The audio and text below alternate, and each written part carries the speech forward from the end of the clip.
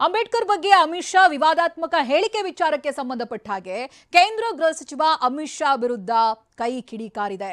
ಬೆಳಗಾವಿಯಲ್ಲಿ ಡಿಕೆ ಶಿವಕುಮಾರ್ ಹಾಗೆ ಪರಮೇಶ್ವರ್ ಹಾಗೆ ಬಿಕೆ ಹರಿಪ್ರಸಾದ್ ಆಕ್ರೋಶವನ್ನ ವ್ಯಕ್ತಪಡಿಸಿದ್ದಾರೆ.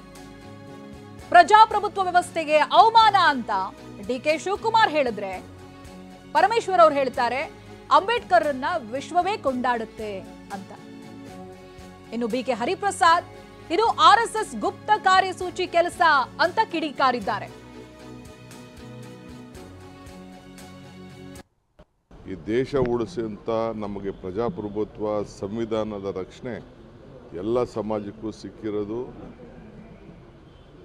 ಅಂಬೇಡ್ಕರ್ ಅವರಿಂದ.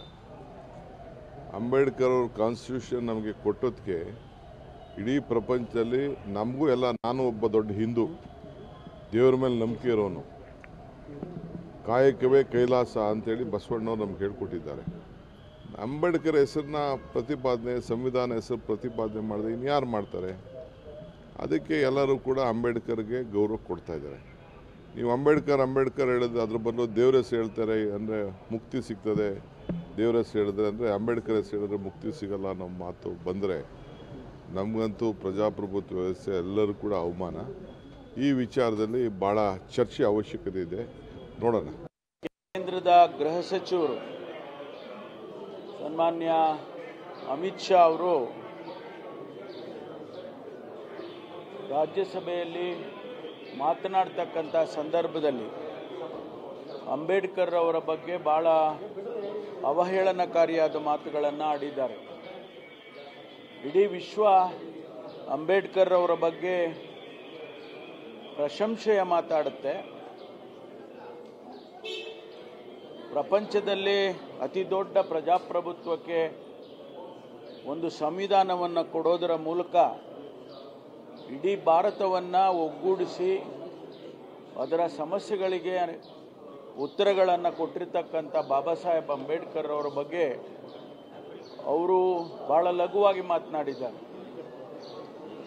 ಮೊದಲನೇದಾಗಿ ಅವರು ಕ್ಷಮೆ ಕೇಳಬೇಕು. ಎರಡನೇದು,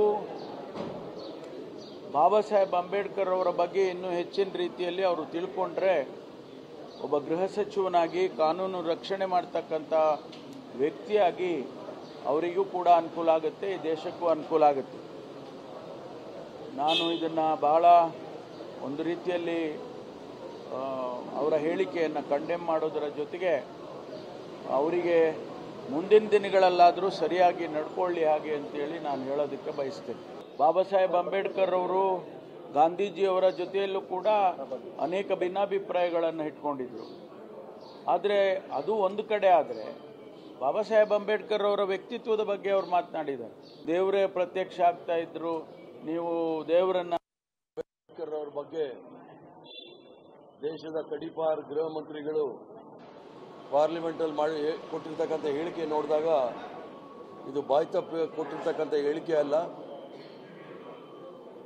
ರಾಷ್ಟ್ರೀಯ ಸ್ವಯಂ ಸೇವಕ ಸಂಘ 2025ನೇ ಇಸ್ವಿಗೆ 100 ವರ್ಷ ಪೂರ್ಣ ಮಾಡುತ್ತೆ. ಅವರ ಏನು ಗುಪ್ತ ಕಾರ್ಯಸೂಚಿ ಇತ್ತು ಅದನ್ನು ಅನುಷ್ಠಾನಕ್ಕೆ ತರಲಿಕ್ಕೆ ಇವೆಲ್ಲ ಕೆಲವು ಕೆಲಸಗಳನ್ನು ಇವರು ಮಾಡ್ತಕ್ಕಂಥದ್ದು. ಆದ್ದರಿಂದ ಅವರ ಸರ್ವೋಚ್ಚ ನಾಯಕರಾಗಿರ್ತಕ್ಕಂಥ ಗೋಲ್ವರ್ಕರ್ ಅವರು ಏನು 75 ವರ್ಷದಿಂದ ಹೇಳಿದರು, ಅವರು ಹೇಳಿದ್ದನ್ನು ಹೇಳ್ತಾ ಇದ್ದೀನಿ. ನಾವು ಯಾರು ಇಂಗ್ಲೀಷರ ಗುಲಾಮಗಿರಿ ಮಾಡಲು ಜೀವನ ಪರ್ಯಂತ ಸಿದ್ಧವಿದ್ದೇವೆ.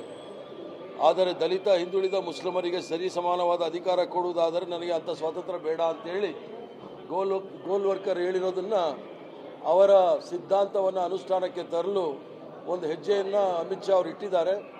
ಅದನ್ನು ಒಂದು ಪ್ರಾಯೋಗಿಕವಾಗಿ ಈ ಒಂದು ಹೇಳಿಕೆಯನ್ನು ಕೊಟ್ಟು ಯಾವ ರೀತಿ ಜನಸಾಮಾನ್ಯರ